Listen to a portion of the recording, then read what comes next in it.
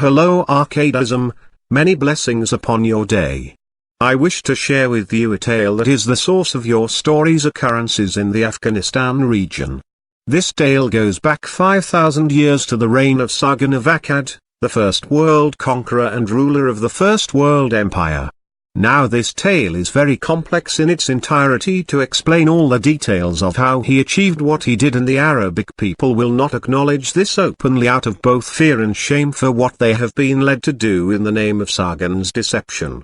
So I will skip to the main details. However, I can provide proof to most of these claims because it was always a part of his plan that the world know who he was.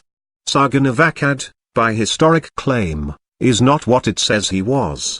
You don't become emperor of the world's first empire by being a nice guy.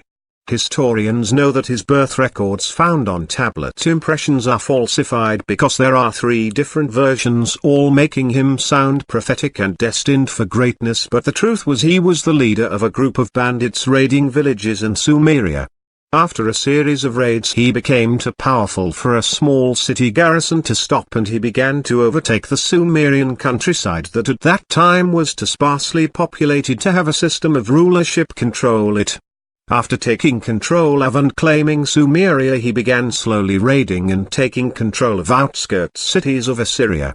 At this time he began to express a role during his conquests as being a god on earth to put fear and subjugation in his enemies' hearts. During this era Assyria had a serpent god known as Set, who was rumored to have been a 50 feet long king cobra with a large diamond on his back. He was the god of the abyssal void or limbo, where it was said he was trapped. Sargon took on the role of the serpent god and called himself Shakaras and declared war on the temples and worshippers of Set. He destroyed their temples and sacred texts and left falsified records in the wake of his conquests in an effort to destroy every trace of Set from the history of the world. This tactic became adapted in his conquest of Assyria, resulting in the lost gaps of history that still is unknown to scholars today. All that was left in the history lost forever because of his destruction are the falsified tablets of Sumerian history. Now as Sargon rose to take the seat of Assyria and become king, he had devised a plan that made him seem like a god on earth, and the Shakaras persona of the false serpent god evolved into Thoth, the god of wisdom and self-made god on earth. He was able to achieve this because he possessed the only records left of our history, which included the use and attainment of real magic that was made possible through the ley line energy of the Earth's gravitational energy that transitioned to sound waves as it passed through the crust, and also had an effect upon those who lived in certain areas where those energies breached the surface. To harness this power he erected the ziggurats in various places across the globe of the known world at that time. Another lost fact of history is that at that time there was a civilization that had the capabilities to cross the oceans.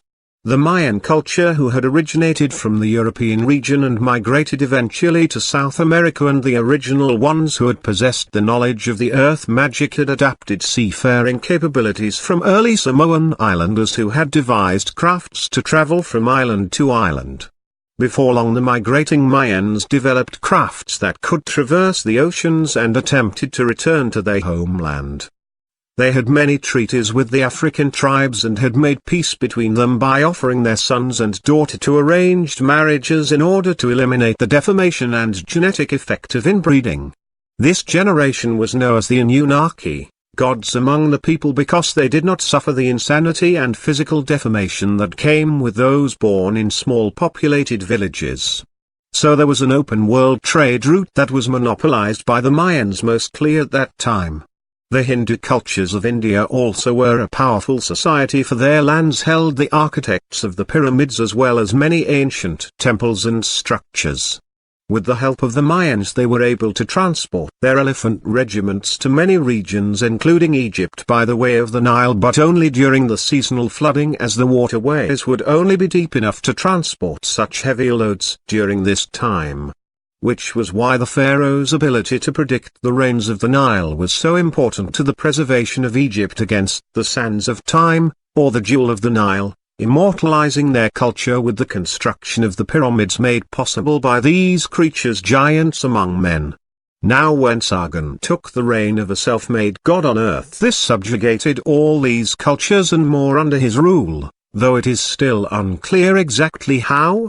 The world's cultures agreed to erect a monument to give homage to the self-made god by erecting the pyramids on his honor, and the pinnacle of this was to be the Sphinx. But in the end, if you rule through deception and an iron fist, then you are destined to fall one day because of it. Sargon was betrayed by his son and his personal guard in a revolt. They chased him into the deserts of Uruk near Persia, where it was said he died in a freak sandstorm that swallowed him and was never seen again. The accounts of this come by the testimony of his guards, who later became the people of Iran, Afghanistan and Iraq, which was where he went missing. His guards say that the sandstorm came across the sands as did a flaming tornado that spoke with lightning and a booming voice. The lightning struck the sands around him like serpents from the sky, and a city of stone arose from the sands around him, layering one on top of the other and tombing him alive. Then a stone hand rose from the earth and dragged him below the surface just as the sands blurred out the spot where he stood, and he was never seen again. This tale became known as the tale of the Scorpion King, as well as the evil sorcerer who was trapped in the genie bottle in the tale of Aladdin. The sands of that region have been cursed ever since. The city of Im was built on top of it, and his ghost has lured many to the region, all compelled to uncover him from his sandy tomb.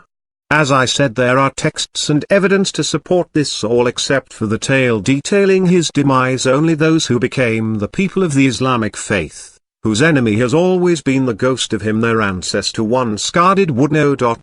Unless the one who crafted his tomb is the one who is telling you this tale. How could that be, you say? Well, let me explain.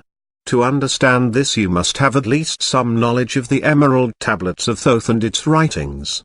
Within these texts there are certain sections that seem as if he is speaking directly to someone, as well as the first tablet that speak of an individual who is the first and last of his incarnations, whose time had not yet been conceived at the end of time, the Venerable Ascended Master. He also speaks of something called the Halls of Amenti. These are all tied together that lead to Tablet 14 that dictates Thoth and an initiate, which are standing before a mirror when a dragon appears.